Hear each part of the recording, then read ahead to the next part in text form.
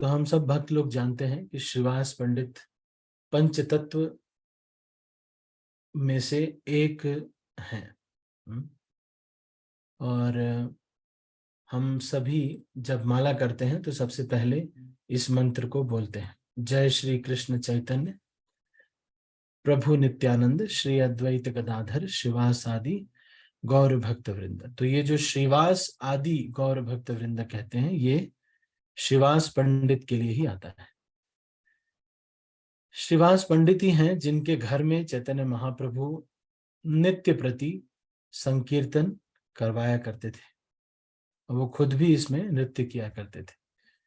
आप मायापुर में जाएंगे तो श्रीवास आंगन नाम का एक स्थान है योगपीठ के पास में ही, जहां पर सारे भक्त लोग जाकर के कीर्तन करते हैं। और वही स्थान है जहां पर चैतन्य महाप्रभु अपने सभी पार्षदों के साथ संकीर्तन किया करते थे। एक समय की बात, श्रीवास पंडित के बेटे की मृत्यु हो गई थी। तो चैतन्य महाप्रभु नृत्य कर रहे थे उनके घर में, और अंदर, पुराने समय में अंदर वाड़ी और बाहर वाड़ी होती थी। अंदर माताएं रहती थी और बाहर प्रभु जी लोग रहते थे।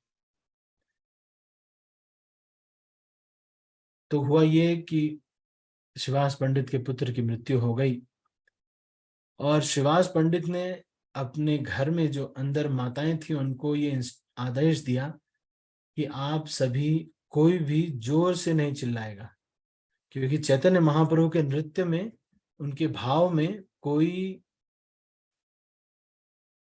व्यवधान नहीं आना चाहिए।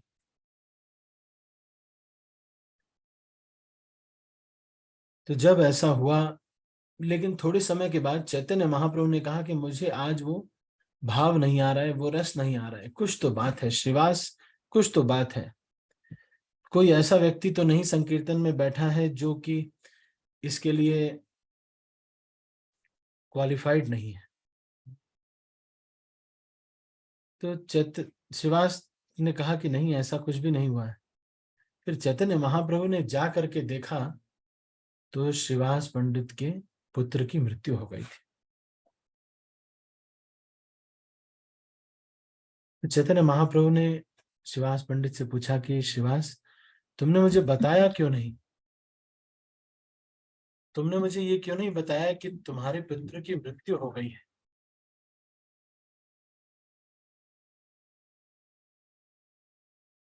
तो श्रीवास पंडित ने कहा कि चैतन्य महाप्रभु, मैं आपकी जो भाव है उसमें विघ्न नहीं डालना चाहता था। मेरा पुत्र तो एक तुच्छ जीव है, लेकिन आप परम भगवान हैं, इसलिए आपकी भाव में कोई अंतर नहीं आना चाहिए। तो ये सब कह करके जब श्रीवास पंडित ने ऐसे कहा तो चैतन्य महाप्रभु ने कहा कि आज से श्रीवास, मैं और नित्यानंद तुम्हारे पुत्र होंगे। नित्यानंद प्रभु खुद भी श्रीवास पंडित की पत्नी मालिनी को अपनी मां मानते थे,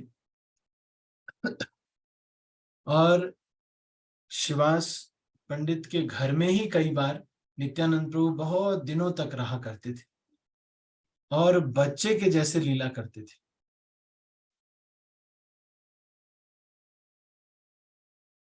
तो एक समय ऐसा हुआ कि श्रीवास पंडित के घर के सामने एक व्यक्ति था जिसका नाम था गोपाल चपल। उसको ये इल्जाम लगाना था श्रीवास पंडित के ऊपर कि श्रीवास पंडित जो है वो तंत्र इत्यादि करते हैं। तो उनके घर के सामने, श्रीवास पंडित के घर के सामने, गोपाल चपल ने दुर्गा जी के पूजा करने की सामग्री, कपाल, हड्डी इत्यादि वहां पर रख दिया और लाल सिंदूर इत्यादि वहां पर फेंक दिया। तो जब सुबह सुबह श्रीवास पंडित उठे तो श्रीवास पंडित ने खुद ही सबको बुला करके बोला कि देखो देखो, मैं कहता हूं कि मैं बहुत बड़ा भक्त हूं, ये देखो देखो मेरी असलियत क्या है, ये देखो, मैं शुद्ध भक्त नहीं हूं, देखो देखो, यही मेरी असलियत है। तो इस तरह से गोपाल चपल जब इस तरह से ने किया, तो शिवास पंडित ने उल्टा अपने अपना अपमान स्वयं ही किया। इससे हमें ये सीखने को मिलता है कि भक्त का अपना आचरण ही ऐसा होना चाहिए कि कोई कहने को हो ही ना। भक्त का अपना ही आचरण इतना श्रेष्ठ होना चाहिए कि अगर कोई कहे भी कि उन्होंने ऐसे किया, तो कभी ऐसा विश्वास ही ना करे कोई। इसीलिए एक भक्त को धन, जन, सुंदरी, कविता और जो भी विजिबल चीजें हैं उसमें बड़ा सावधान रहना चाहिए।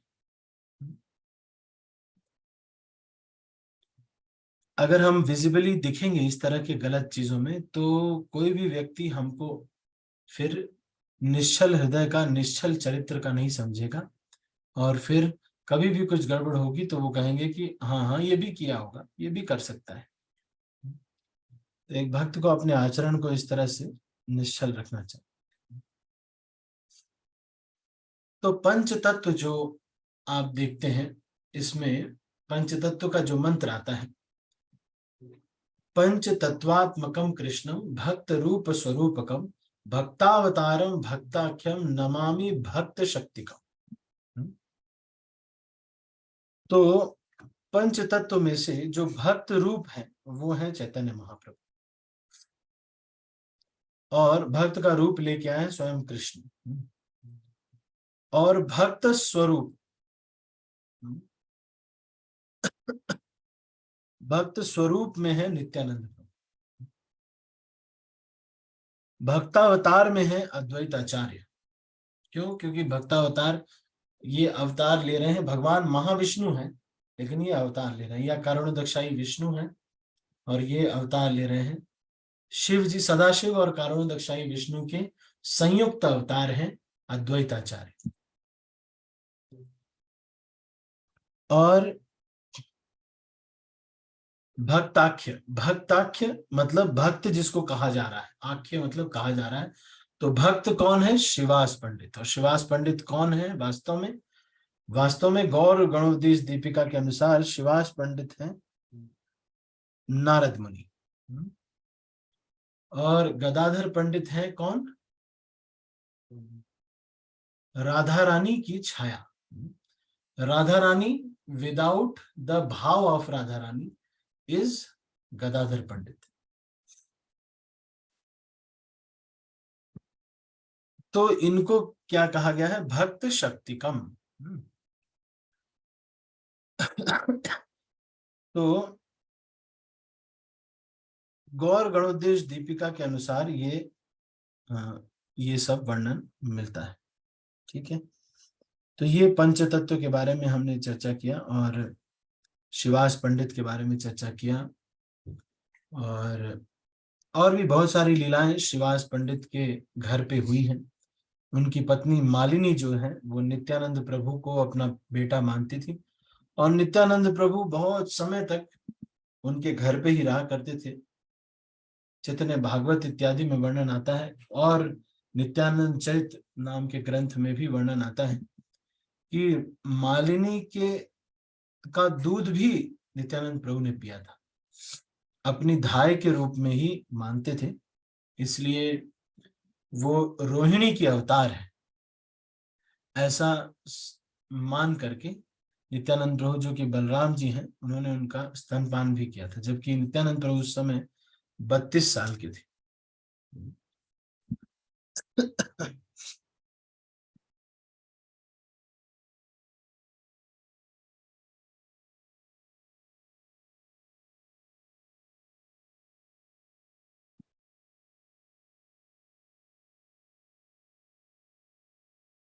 तो जैसा कि मैंने बताया, नारद मुनि के ये अवतार हैं। श्रील प्रभुपाद ने तमाल कृष्ण महाराज को ये लेटर लिखा, उसमें इन्होंने प्रश्न किया था, Gadadhar Pandit is expansion of Radha Rani and Shrivas is actually Narad मुनि।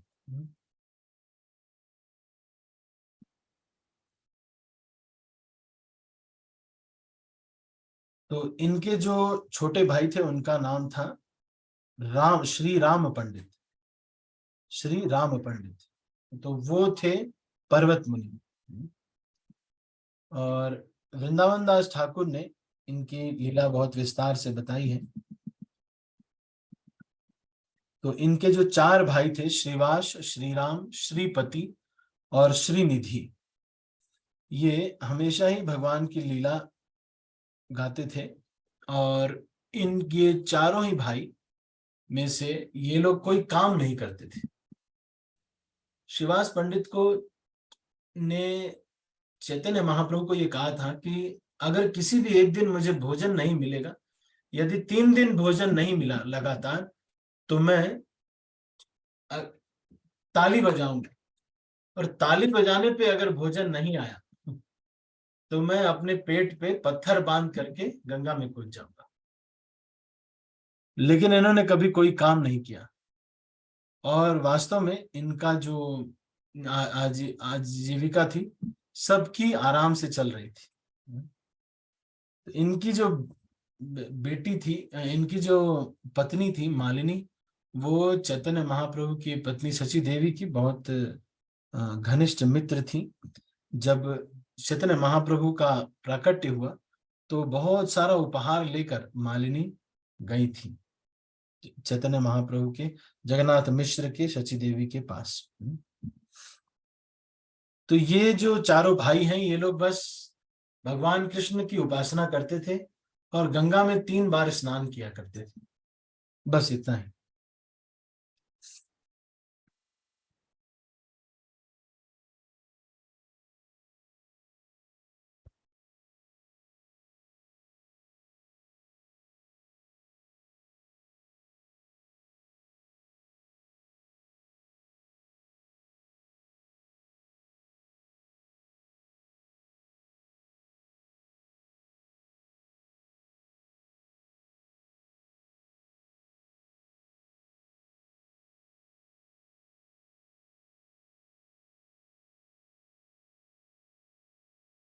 चैतन्य महाप्रभु को पालने के लिए क्या क्या करना चाहिए, ये सारे गाइडेंस जो है मालिनी देवी और शिवास पंडित दिया करते थे।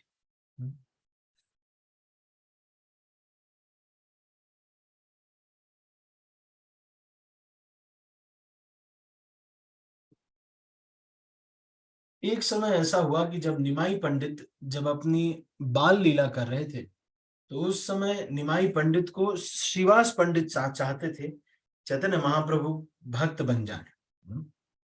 तो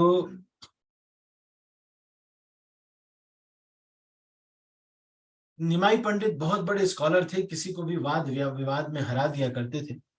तो शिवास पंडित ने उनको समझाया कि निमाई, भगवान कृष्ण की भक्ति के अलावा अगर कुछ भी आप करते हैं तो वो सब व्यर्थ है, वो बिना कृष्ण की भक्ति के ये सब बेकार है, इसलिए तुम अपने जीवन का लक्ष्य को प्राप्त करो।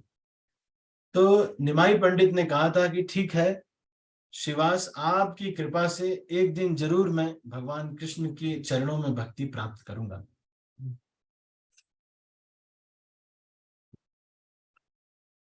एक दिन शिवास पंडित के घर पे निमाई पंडित ने कहा कि तुम किसकी पूजा करते हो शिवास? देखो देखो, मैं तुम्हारे सामने खड़ा हूं।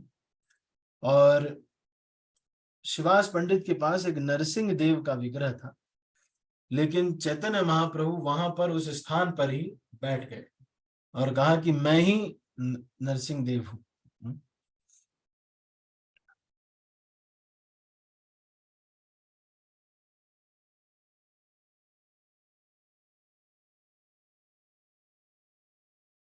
तो शिवास पंडित की भतीजी थी, उनका नाम था नारायणी। तो शिवास पंडित की भतीजी होने के कारण नारायणी को चैतन्य महाप्रभु ने अपना उच्चिष्ट दिया था। इन्हीं नारायणी के गर्भ से वृंदावन दास ठाकुर का जन्म हुआ था। श्रीवास पंडित के घर पे एक नौकरानी थी जिसका नाम था दुखी। वो हर दिन सबके लिए पानी भर के लाती थी, चैतन्य महाप्रभु इत्यादि के लिए स्नान, पसीना हो जाता था तो स्नान करने के लिए।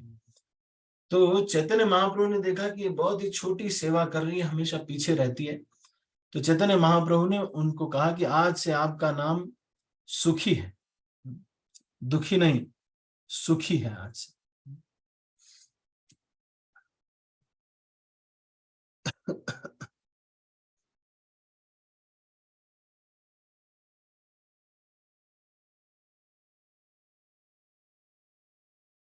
तो जब श्रीवास ठाकुर के पुत्र की मृत्यु हो गई तो चैतन्य महाप्रभु ने उनको बोला कि ओह, तुम कहो तो अभी अभी मैं इस पुत्र को जीवित कर दूं।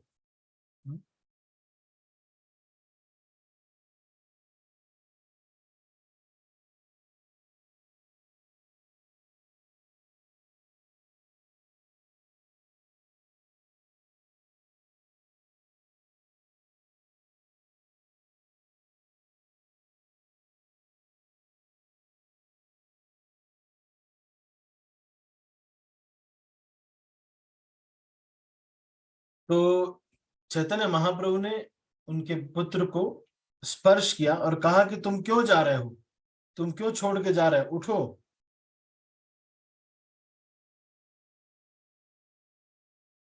तो फिर वो जो पुत्र था जो मर गया था वो उठ खड़ा हुआ और उसने कहा कि हे प्रभु, ये तो आपकी ही लीला है, आप सब कुछ निर्धारित करते हैं। जितना समय मुझे यहाँ रहना था उतना समय मैं रह लिया, अब मैं जाना चाहता हूँ मेरी अगली यात्रा के लिए। मैंने बहुत जन्मों तक इस तरह से कई माता पिता प्राप्त किए, कई बार जन्म लिया, तो अब मैं फिर से वापस जाना चाहता हूँ अपनी अगली यात्रा की ओर। फिर चैतन्य महाप्रभु के चरणों में श्रीवास पंडित गिर गए। चैतन्य महाप्रभु ने जब सन्यास ले लिया तो श्रीवास पंडित कुमार हट आ गए, लेकिन वो हमेशा सची माता के पास नवद्वीप में आया करते थे और कुछ दिन उनके पास रहा करते थे, क्योंकि उनकी जो पत्नी थी वो सची माता की मित्र थी।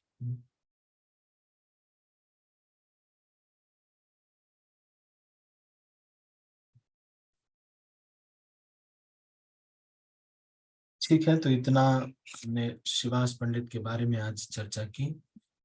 ये हमारे लिए बहुत बड़ा अवसर होता है कि जो भी वैष्णव आचार्य हैं उनका आविर्भाव या त्रिभाव दिवस हमको मनाना चाहिए। सबसे श्रेष्ठ तरीका यही है कि उनके बारे में श्रवण करें, उनके बारे में, उनके आचरण में मेडिटेट करें। किस तरह से भगवान के थोड़े से भी दर्द के लिए श्रीवास पंडित अपने पुत्र की मृत्यु को भी छिपा रहे हैं। तो इतना प्रेम इनको भगवान चैतन्य महाप्रभु से है। ठीक है, ठीक है, तो अभी हम इसको यहीं पर समाप्त करते हैं। मैं सबके हाथ नीचे कर रहा हूँ, यदि किसी का कोई प्रश्न है तो वो पूछ सकते हैं। हमारे पास 7 मिनट है।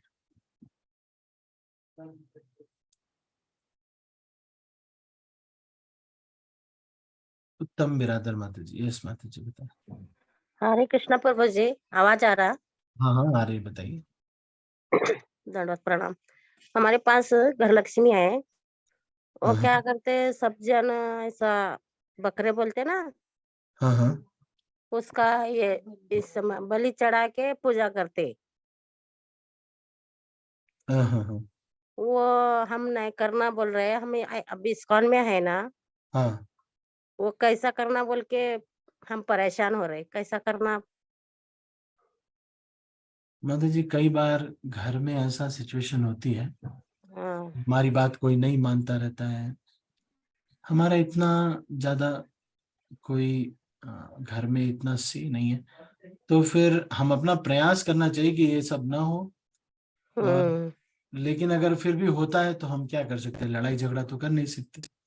वो तो दूसरी है। बात यह है कि अगर मान लीजिए वो लोग घर वाले कर रहे हैं तो आप उसमें ना इन्वॉल्व होइए। अपनी तरफ से जितना हो सके आप ज्यादा मत इन्वॉल्व होइए, वहां से दूर रहिए। और वहां हम्म पर जो है अगर इस तरह से बलि इत्यादि हो रही है तो हम्म आप उसमें बिल्कुल भी इन्वॉल्व ना हो। और कोई अगर मांस इत्यादि बांटता भी है तो उसमें आप कोई हम्म न रखिए। बस अपनी तरफ से अगर प्रयास कर दिया तो भी हम हम्म। ठीक है ना। ठीक है बाबू जी। ऐसा हमारे घर में कोई भी नहीं है ऐसा। अब सगे वगे रहते ना गांव में, उन्हों करते। हम क्या है, हम करना बोले तो भी कैसा करना बोल के हमारे को ये हो रहा हो। क्या बोलते कि लक्ष्मी क्या ये होता कि नहीं करे तो क्या होता कि करे तो क्या होता कि ऐसा परेशान हो रहे हैं। अगर आप उनको प्रयास विनम्रता से कर सकते हैं, अगर उनको हम्म ज्यादा प्रेशर करेंगे ना तो वो कल को हम्म कोई भी घटना होगी तो कहेंगे देखा तुमने वो हम्म, बकरे का बलि नहीं दिया, देखो हाँ इनको खरोच आ गई है, ये इनकी तबीयत खराब हो गई, देखा बकरे हाँ को बेचारे बकरे को भी प्रॉब्लम होगी और हम्म इनको भी प्रॉब्लम होगी। हम्म तो इसीलिए इसको बहुत ज्यादा आप अभी अगर हमारा कुछ इतना बात नहीं मानी जाती तो प्रयास करना चाहिए, हम्म लोगों से बात बार बताना चाहिए। नहीं मानते हैं तो फिर हम कुछ नहीं कर सकते, अपना हम्म प्रयास करना चाहिए, उसमें ज्यादा इन्वॉल्व नहीं होना चाहिए। ऐसे लोगों को आगे चल के प्रसाद खिलाना चाहिए, भक्तों का संग दिलाना चाहिए। वो धीरे हम्म धीरे जब किसी वरिष्ठ भक्त से सुनेंगे, हम्म, आपकी बात तो नहीं मान रहे हैं लेकिन किसी वरिष्ठ भक्त से सुनेंगे तो उनका हृदय परिवर्तन होगा। ठीक ठीक है है। ना जी। ओके। हरे कृष्णा प्रभु जी, दंडवत प्रणाम। संधिनी राधा माता जी। हरे कृष्ण पुरोहित धन्यवाद प्रणाम। राधिका रमन सेवा दास वत करूं। हाँ राधे कृष्ण प्रभु बोले। यस प्रभु जी। प्रभु जी मेरा प्रश्न ये है, जब महाराज लोग आते हैं मंदिर में कोई भी, तो सब जने सामने सामने जाते हैं प्रभु जी, फोटो उतरते, सेल्फी उतर सब उतर। जब सेवा का भाव आता है तो कोई भी सेवा को नहीं आते प्रभु जी। अभी तो एज ए मेंटर में उनको कैसा बताना चाहिए कि सेवा में आना चाहिए, ये करना। अगर आप गुरु महाराज के पास रहेंगे तो सेवा में नहीं करेंगे तो फिर गुरु महाराज जी प्रसन्न नहीं होंगे उससे चीज से। तो बहुत सारे लोग कुछ रिप्लाई नहीं देते प्रभु जी। मंदिर का सेवा भी कितना इंपॉर्टेंट है। गुरु महाराज जी बोलते फर्स्ट मंदिर का सेवा इंपॉर्टेंट है, वो करो। कोई भी रिस्पॉन्स नहीं था प्रभु जी। वैसे सिचुएशन में लोगों को कैसा हैंडल करना चाहिए, थोड़ा बताइए प्रभु जी। हम्म। जब हम कोई इंचार्ज होते हैं तो ये देखना ये बोलना बहुत महान नहीं है कि लोग कर नहीं रहे, मेरी बात नहीं मानी जा रही, क्या है ये सब, सबको मेरी बात मानना चाहिए। प्रभु जी आप लोग बोलिए सब लोग मेरी बात माने। ये करना से ज्यादा श्रेष्ठ है तीन काम करना। क्या क्या कार्य कार्य करना। सबसे पहला चीज, अपने अंदर वैराग्य आना चाहिए। मतलब इंद्रिय तृप्ति मत करो, साफ साफ दिखना चाहिए कि आप साधना विजिबली करते हैं और तपस्या, नो सेंस ग्रेटिफिकेशन है ना, नहीं, ये सब आपके आचरण में दिखता है तो व्यक्ति खुद ही पालन करता है। फिर दूसरा क्या है,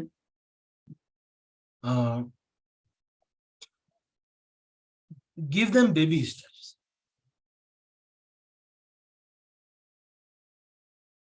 उनको छोटे स्टेप्स दीजिए। जो व्यक्ति को आप बहुत बड़ा कुछ दे देंगे, बोलेंगे आओ सब आज से पूरा मंदिर का लीडरशिप तुम्हारा, तो वो चला जाएगा, मंदिर भी छूट देगा। उसको बोलेंगे प्रभु जी वो आपका ये सेवा रहेगा, आप ना आ करके वो थोड़ा सा 10 मिनट के लिए चरणामृत दीजिएगा, है ना, ठीक है। बोलेगा 10 मिनट, हाँ बस हाँ चलो ठीक है करते। ये करते करते उनका सुकृति बढ़ाना है। हमको ये समझना है कलयुग में एक ही व्यक्ति के अंदर असुर और दोनों होते, तो उसकी जो अच्छाइयां हैं उसको फैन करके बार बार उसको एंगेज करके और जब वो हमको देखते हैं कि हम अपने वरिष्ठों को की बात कितनी पक्के से मानते हैं, ये सब देख करके उनको लगता है कि देखो ऐसे ही करना होता है। तो ये जो कल्चर है हम सेटअप करते हैं, है ना, नहीं।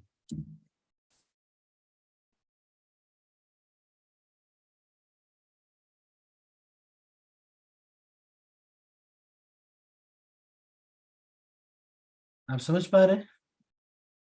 तो कई बार ये भी होता है क्लैरिटी नहीं होती, क्या करना है वो क्लैरिटी नहीं होती, है ना नहीं। एक मिनट, तो क्लैरिटी, सेवा में क्लैरिटी होनी चाहिए, है ना नहीं, क्या करना है, कब करना है, ऐसे बता दिया, है ना नहीं, इस तरह से जो है। आप और कुछ पूछ रहे? हाँ राधिका रमन हाँ कुमार। प्रभु, हाँ प्रभु जी, हाँ वही प्रभु जी। अभी 2 सिचुएशन आ जाते प्रभु जी, जैसा अभी मुझे ऑल्टर की सेवा भी इम्पोर्टेंट रहती है और मेरे जो भक्ति कक्षा लीडर बोले वो भी इम्पोर्टेंट रहता है। 2 भी मुझे कैसा बैलेंस करना चाहिए? ये भी करना है, वो भी करना है। ये भी एक जो हेड पुजारी बोल दे कि आपको यहीं रहना है, वहाँ पे अभी आपका ब्राह्मण दीक्षा हो गया है तो अब यही करना चाहिए। अब ऐसे सिचुएशन में फिर भक्ति कक्षा लीडर जो बोलते हैं कि नहीं-नहीं आपको ये भी करना है, तो दोनों में बैलेंस कैसा करना है मुझे? ये बताइए? ठीक है, इसकी चर्चा हम कल कर लेंगे, अभी दर्शन आरती है। या आप ये थैंक यू ब्रो। 4 चीजें नोट करके रखिए, इसका एक स्नैपशॉट ले यस लीजिए, है ना नहीं, जी ब्रो। एक आप एक स्नैपशॉट ले लीजिए इसको, और ग्रुप पे भी डाल सकते हैं, है ना नहीं। ठीक है, मैं इसको अभी यहीं पर सेकंड। समाप्त करता हूँ। आप सभी का बहुत बहुत धन्यवाद। हरे कृष्णा, श्रील हाँ प्रभुपाद ब्रो, थैंक यू। की जय, गौर भक्त वृंद थैंक की जय। तो अभी जो भी प्रश्न है उसको कल ले लेंगे। हरे कृष्ण। यू।